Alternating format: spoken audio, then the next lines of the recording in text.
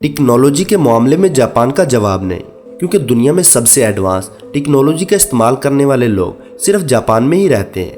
दोस्तों, ऐसा सिर्फ हम नहीं कह रहे, बल्कि जब आप हमारी इस वीडियो को आखिर तक देखेंगे तो आप भी ऐसा ही कहेंगे। अगर आपको बस में खड़े खड़े नींद आ रही है तो इसके लिए जापानियों ने स्टिक हेडरेस्ट ईजाद कर दिया। और अगर आपके पास गर्लफ्रेंड नहीं है, यानी कि कोई गोद में सुलाने वाला नहीं है, तो लड़की की गोद की शेप के पीलो इन्वेंट हो गए।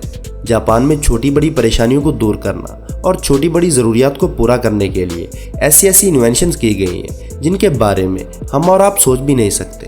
क्योंकि पापा अगर अपने बेबी को दूध पिलाएंगे तो कैसे पिलाएंगे? जाहिर सी बात है, बोतल से। लेकिन रुकिए जनाब, अब दौर ऐसा आ चुका है कि पापा भी मम्मी की तरह बेबी को अपने ब्रेस्ट से फीड करवा सकेंगे। शायद आपको यकीन नहीं हो रहा होगा, लेकिन ये आज के टेक्निकल जापान की हकीकत है कि हस्बैंड भी अपने बेबी को बिल्कुल मम्मी की तरह ब्रेस्ट फीडिंग करवा सकते हैं। दोस्तों, आज की इस वीडियो में आपको जापान की अजीबोगरीब और हैरानकुन इन्वेंशन दिखाई जाएंगी। Scream jar.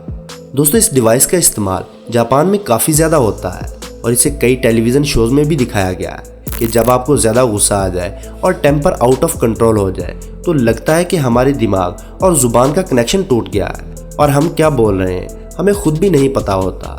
फिर चाहे सामने हमारा बॉस, कोलीग, हमारा फैमिली मेम्बर या फिर हमारी लाइफ पार्टनर यानी हमारी वाइफ ही क्यों ना हो। वैसे दोस्तों, वाइफ के सामने इतना गुस्सा किसी को आ सकता है क्या?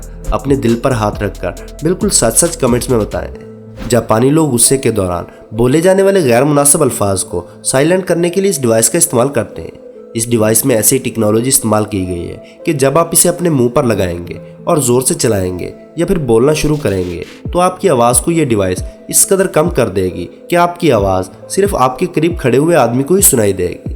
यानी इस डिवाइस के ज़रिए बिना शोर मचाए आप अपने दिल की सारी भड़ास निकाल सकते हैं। Daddy breast feeding device.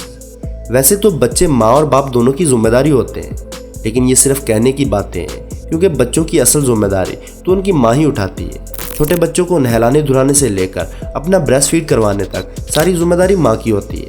लेकिन अब वक्त बदल चुका है। आज के दौर में माँ और बाप दोनों का काम करना बहुत ही ज़्यादा ज़रूरी हो गया है। इसलिए जब बच्चा माँ का दूध कम करके फीडर वाला दूध पीने लगेगा तो इस सिचुएशन में बाप भी चाहे तो बच्चे को माँ की तरह दूध पिला सकता है। जी हाँ, जापान में ये डिवाइस डैडी नर्सिंग डिवाइस के नाम से जानी जाती है। इस डिवाइस के तहत बच्चा अपनी मम्मा को मिस नहीं करता, खासतौर पर जब इसे भूख लगी हो और इसे अपनी मम्मा के निप्पल से दूध पीना हो। ऐसी कंडीशन में अगर पप्पा या कोई भी पास हो तो वो बेबी को मम्मा की कमी महसूस होने नहीं देंगे। ये डिवाइस कोई भी इंसान अपनी चेस्ट पर फिट कर सकता है। दोस्तों, इसमें दूध भरा होता है और इसमें सिलिकॉन निप्पल लगे होते हैं जो बच्चों को नेचुरल निप्पल्स की फीलिंग देते हैं। इस डिवाइस की खासियत ये है कि यह दूध को इतना ही गर्म रखती है जितना नेचुरल ब्रेस्ट से निकलने वाला दूध होता है। छोटे बच्चों की स्लीपिंग और फीडिंग को मॉनिटर करने के लिए डैडी नर्सिंग डिवाइस में कुछ ऐसी टेक्नोलॉजी यूज़ की गई है कि बच्चे की स्लीपिंग और फीडिंग के डाटा को कलेक्ट करके कनेक्टेड फ़ोन पर पैगाम की सूरत में भेज दिया जाता है। इससे बच्चे की स्लीपिंग और फीडिंग को मॉनिटर भी कर लिया जाता है। दोस्तों, इस बात से इनकार नहीं किया जा सकता कि आज के दौर में ये डिवाइस ज़रूरत के तौर पर नज़र आ रही है, लेकिन हमारे मुल्क में ये डिवाइस कब तक आएगी इसके मुतल्लिक कुछ नहीं कहा जा सकता। शू अम्ब्रेला। बारिश के दिनों में चाहे आप छतरी लेकर ही क्यों ना निकले, अपने जूतों को गीला होने से नहीं बचा पाएंगे।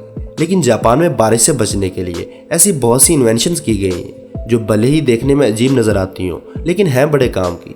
ऐसी ही एक ईजाद जिसका नाम शू अम्ब्रेला है। बारिश के दिनों में आप इसे आसानी से इस्तेमाल कर सकते हैं और जैसे बारिश शुरू होगी आप अपने जूतों को इन छोटी छोटी छतरियों से महफूज कर सकते हैं। लेकिन दोस्तों, बारिश से बचने के लिए जापानियों की एक और ईजाद जो ख़ासतौर पर मुझे तो बहुत ही अच्छी लगी है, क्योंकि मैं जब भी बारिश के दिनों में छतरी लेकर घर से निकलता हूँ तो बारिश नहीं होती, और जब छतरी लेना भूल जाता हूँ तो तब बारिश खूब बरसती है, जो कि एक बहुत बड़ा प्रॉब्लम होता है। जापानियों ने ऐसी टाई बनाई है जो छतरी का काम भी कर सकती है। जी हाँ, यानी आप अपने गले में टाई बांध कर निकल जाते हैं और बारिश होने लगे तो टाई को खोलें तो वो फ़ौरन से छतरी की तरह खुल जाएगी और आपको बारिश से बचाएगी। Air explorer. आपने एयरबिड्स के ज़रिए अपने कानों को साफ़ किया होगा या फिर किसी को कान साफ करते हुए ज़रूर देखा होगा।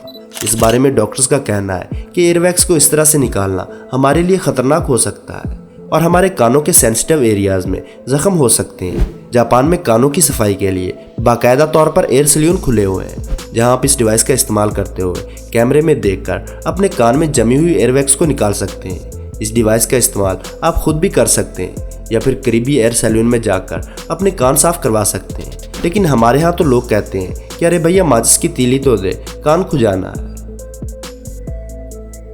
Clinics hat. जापान की ये इजाद देखने में चाहे अजीब है लेकिन है बड़े काम की, और ख़ास तौर पर इन लोगों के लिए जिन्हें अक्सर सर्दी हो जाती है और उन्हें नाक बहने की टेंशन लगी रहती है, और ऐसे हालात में अगर वो अपना रुमाल घर में भूल जाए तो उनके लिए बड़ी परेशानी बन जाती है। इस परेशानी से निपटने के लिए जापानियों ने ऐसी टोपी बनाई है जिसमें टिश्यू रोल होते हैं, जिससे बहती हुई नाक को साफ किया जा सकता है। आप इस डिवाइस को यूज़ कर सकते हैं बगैर इस बात को सोचे हुए कि दुनिया आपके बारे में क्या कहेगी।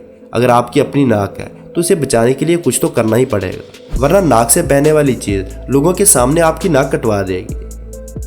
तो दोस्तों आज की वीडियो में बस इतना है। वीडियो पसंद आने की सूरत में लाइक और अपने दोस्तों के साथ शेयर करना ना भूलें, और ऐसी ही इंटरेस्टिंग वीडियोस देखने के लिए हमारे चैनल को सब्सक्राइब करते हुए साथ मौजूद बेल आइकन को दबा दें।